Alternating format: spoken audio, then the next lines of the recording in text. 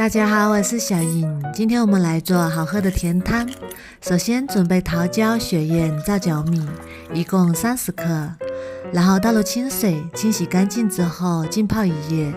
如果你不想等它1夜，可以用温水加速泡发，泡至手摸起来没有硬心，像这样就可以啦。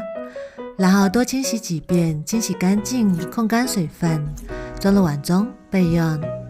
然后准备一个砂锅，全部倒入砂锅里，再加入没过食材1倍的清水，然后盖上，大火烧开之后转小火煮30分钟，中途要时不时的翻动一下。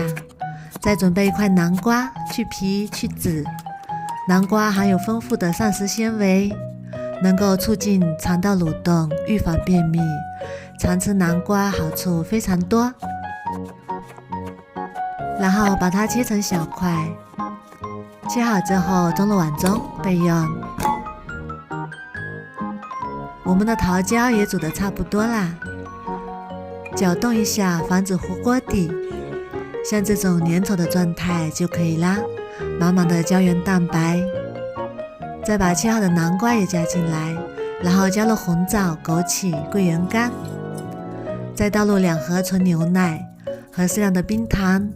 枸杞有抗衰老、护肝脏的功效，如果你手脚经常冰凉，一定要多吃它。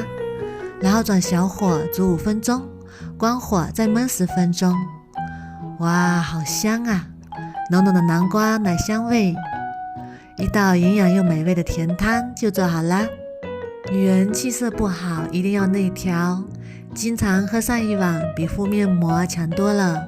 它的口感不用说，非常的好喝，满满的胶原蛋白。如果你不喜欢吃南瓜，也可以换成木瓜，一样的好喝。做法也是非常的简单，煮上一锅，全家人都可以喝。如果你喜欢，也试试吧。喜欢我的视频就关注我吧，谢谢您的支持。